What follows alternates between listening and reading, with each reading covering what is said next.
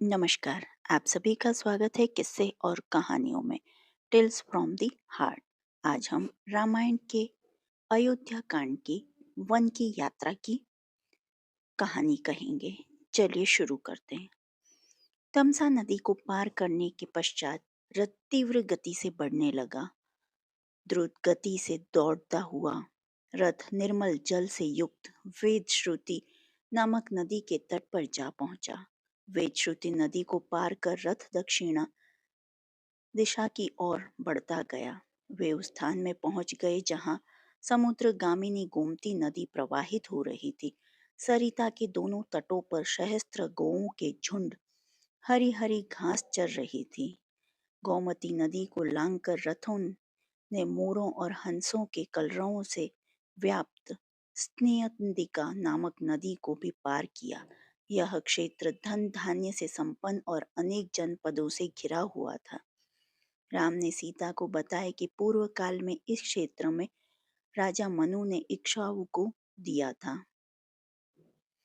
शीघ्रगामी अश्वों ने रथ को विशाल और रमणीय कौशल देश की सीमा तक पहुंचा दिया। सीमा के पार होते ही राम रथ से नीचे उतरे और अयोध्या की ओर मुख कर श्रद्धापूर्ण वचनों में कहने लगे।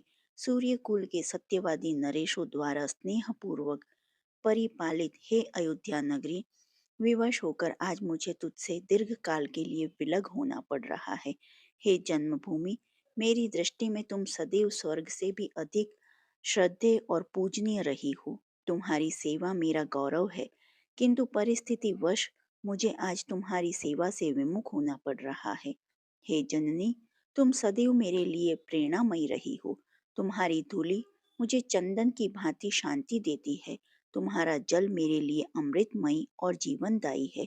तुमसे विदा लेते हुए मेरा हृदय विदीर्ण हुआ जा रहा है।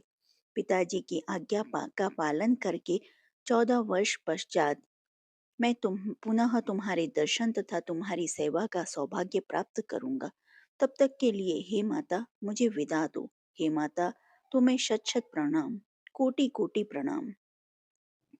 इतना कहकर राम ने अयोध्या प्रदेश की धूलि को मस्तक से लगा लिया। उनके नेत्र अश्रुपूरित हो गए, किंतु प्रयास करके उन्होंने अपनी भावनाओं को नियंत्रित किया और पुनः रथ पर बैठ गए।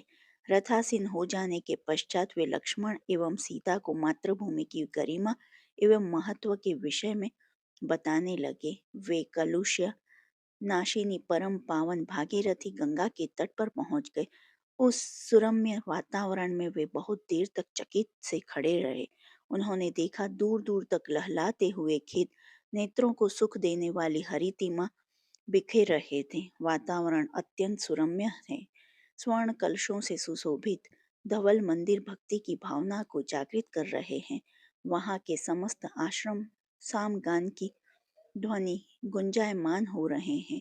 वायुमंडल हवन कुंडों से निकलते वाले धुएं से सुगंधित हो रहा है। अनन्य काल से ऋषि मुनियों द्वारा सेवित पवित्र भागीरथी कल कल नाद के साथ द्रुत गति से प्रवाहित हो रही है। गंगा के जल में हंस, कारंडव आदि पक्षी विहार करते हुए मधुर स्वर में गा रहे हैं, मानो वे गंगा की स्तुति कर रहे हों। त्रिपथगा पुण्य लीला गंगा के दोनों तटों पर खड़े वृक्ष रंग बिरंगे पुष्पों से सुसज्जित हैं। ऐसा प्रतीत होता है कि वे अपने फूलों का अर्घ्य चढ़ाकर गंगा का अभिषेक कर रहे हैं। वे इस मनमुग्धकारी छवि निहारने में लीन हो गए। कुछ काल के पश्चात राम सुमंत से बोले, मंत्रीवर, आज हम यहीं विश्राम करेंगे। हंगुदी के उस विशाल वृक्ष पर कितने सुंदर तथा आकर्षक फल लगे हुए हैं। आज हम इन्हीं फलों का आहार करेंगे और रात्रि भी यहीं व्यतीत करेंगे। रामचंद्र का आदेश पाते ही सुमंत ने रथ को हंगुदी के वृक्ष के नीचे खड़ा कर दिया और अश्वों को निकट की ही हरी हरी घास चरने के लिए छोड़ दिया। जो आपको ये वर्णन अच्छा लगा हो तो please like, share and subscribe करें और कमेंट बॉक्स में जय श्री राम लिखें। देखने के लिए धन्यवाद। जय हिंद, जय भारत।